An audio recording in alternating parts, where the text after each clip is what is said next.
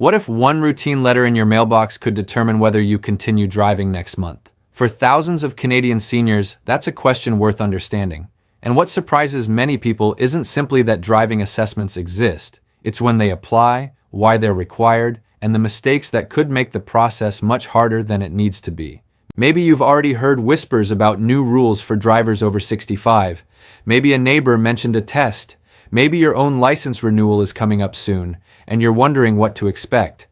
Stay with me for the next few minutes, because by the end of this video, you'll understand exactly how license renewals work for older drivers in Canada, what could trigger a closer look at your driving, and how to make sure nothing catches you off guard. Let's begin. Why this topic matters.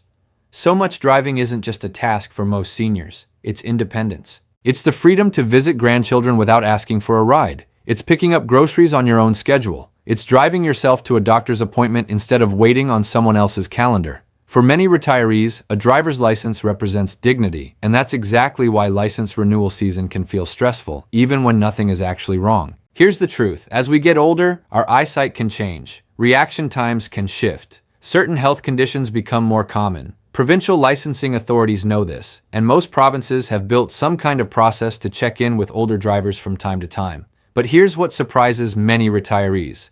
This does not mean every Canadian over 65 is suddenly required to retake a full driving test. That's a common myth, and it's simply not accurate.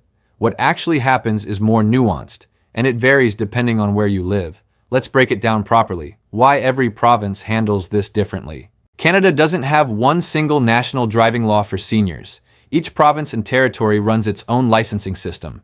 That means the rules in Ontario are not the same as the rules in British Columbia. Alberta has its own approach. So does Quebec, Manitoba, Nova Scotia, and every other province. Some provinces require medical reports starting at a certain age. Others focus more on vision checks. Some have programs tied to specific birthdays, like 70, 75, or 80. This is exactly why rumors spread so easily online. Someone hears about a rule in one province and assumes it applies everywhere in Canada. It doesn't. So if you've seen headlines suggesting a single new nationwide test for anyone over 65, take a breath. That's not how the system works. What we can talk about are the general patterns showing up across provinces, and why understanding your own province's specific requirements matters more than ever.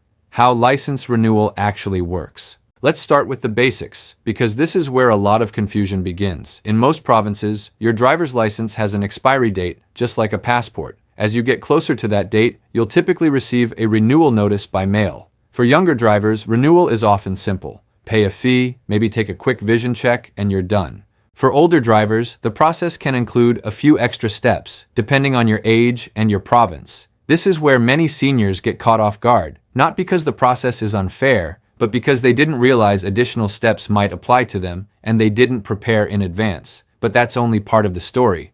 Medical reporting requirements. In several provinces, doctors and other healthcare professionals may be required to report certain medical conditions that could affect a person's ability to drive safely. This isn't unique to seniors. It applies to any driver at any age if a health condition arises that could impact driving. However, because certain conditions become more common as we age, such as changes in vision or memory-related conditions, older drivers are sometimes more likely to have these reports filed. Here's what many people don't realize. A medical report doesn't automatically mean you lose your license. Often, it simply triggers a review. That review might ask for more information from your doctor, or it might request an additional test to confirm you can still drive safely. Think of it less like a punishment and more like a checkpoint. The goal isn't to take licenses away. The goal is to keep everyone on the road safe, including you. Vision screening, the most common check.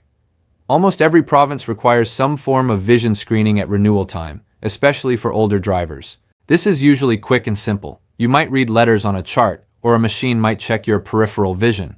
Vision changes gradually, which is exactly why so many people don't notice a problem until it's tested. Cataracts, glaucoma, and other age-related conditions can develop slowly, without dramatic symptoms. This is why regular eye exams matter, not just for renewal purposes, but for your safety every time you get behind the wheel. Most people stop here, assuming vision is the only thing checked. But there's something even more important many drivers don't expect. Cognitive assessments. What they really involve. In some provinces, particularly once a driver reaches a certain age, a cognitive screening may become part of the renewal process. The word cognitive can sound intimidating, so let's slow down here. These screenings are generally short and straightforward. They're designed to check things like memory, attention, and problem solving, the kinds of mental skills that matter for safe driving, like noticing a pedestrian stepping off a curb or reacting to a sudden stop ahead. They are not designed to diagnose dementia or any other medical condition. They're simply a tool to flag whether further review might be helpful. If a concern does come up, it usually leads to a conversation with your doctor, not an automatic license suspension. What happens next often catches people off guard, though, because many assume any flag means an instant loss of driving privileges. In most cases, that's not true. There's usually a process with steps and opportunities to provide more information.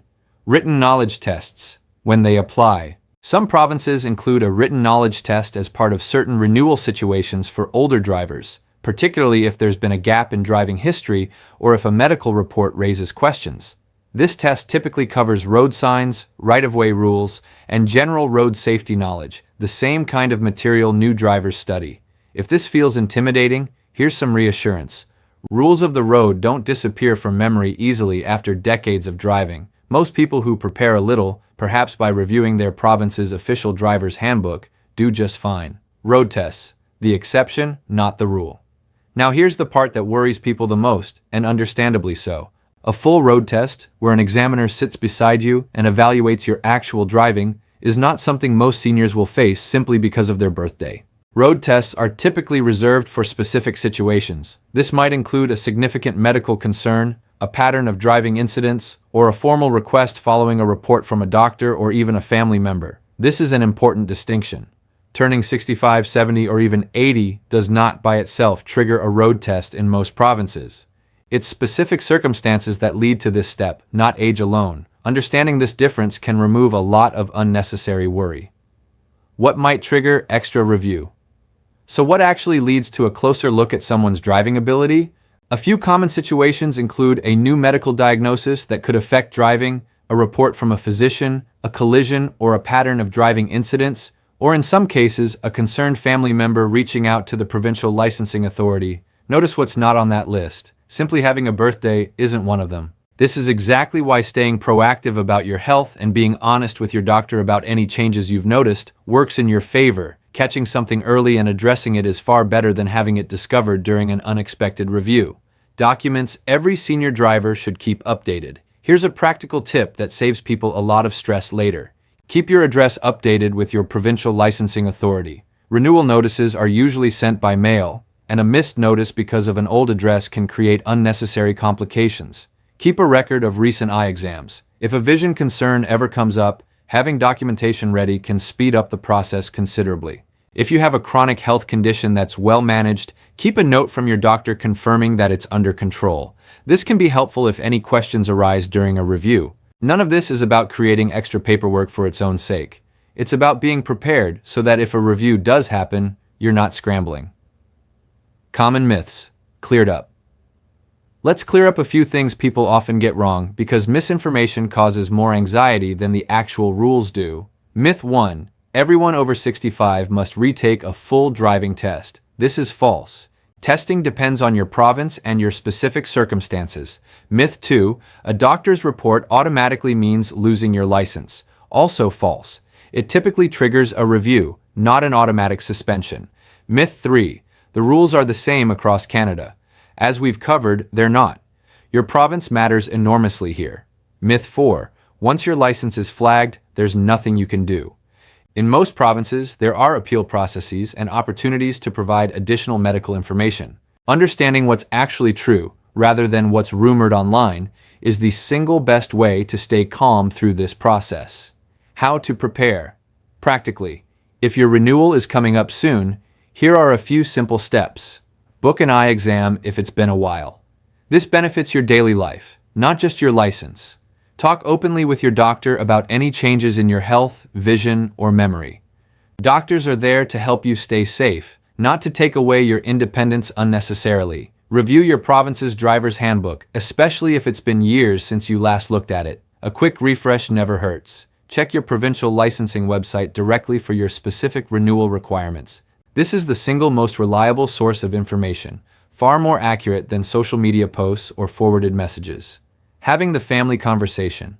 This next part isn't about rules, it's about relationships. Many seniors feel like driving conversations with their adult children turn into arguments, and many adult children feel torn between respecting their parents' independence and worrying about safety. Here's something worth remembering. These conversations go better when they happen early, calmly, and regularly, rather than after a scary incident forces the issue. If you're a senior watching this, consider bringing it up yourself. Something as simple as, "I want you to know I take my driving seriously, and I'll be honest with you if anything changes," can go a long way toward easing tension before it starts. If you're a family member watching this, try leading with curiosity instead of concern.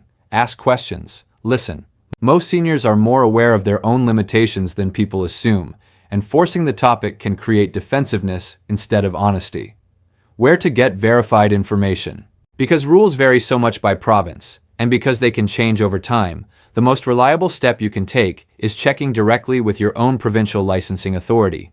Look up your provincial transportation or motor vehicle website.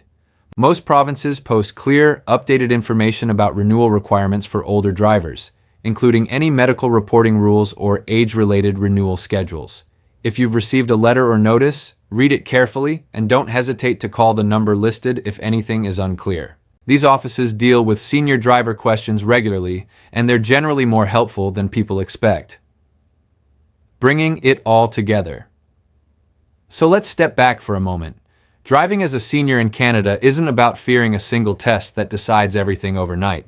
It's about understanding a process that varies by province, that's designed with safety in mind, and that includes far more support and flexibility than most rumors suggest. Vision checks are common. Medical reporting exists in many provinces. Cognitive screenings may apply in certain cases. Full road tests are reserved for specific situations, not simply for turning a certain age. The best thing you can do isn't to worry. It's to stay informed, stay proactive with your health, and check your own province's official requirements directly. Independence on the road isn't something that disappears the moment you turn 65. For most drivers, with a little preparation and honesty about their health, that independence continues for many more years. Now I'd love to hear from you. What province are you watching from today? Have you gone through a license renewal recently, and how did it go? Share your experience in the comments below. Your story might be exactly what another viewer needs to hear. If this video helped clear up some confusion, give it a like, and consider subscribing for more practical, honest information made specifically for Canadian seniors and their families.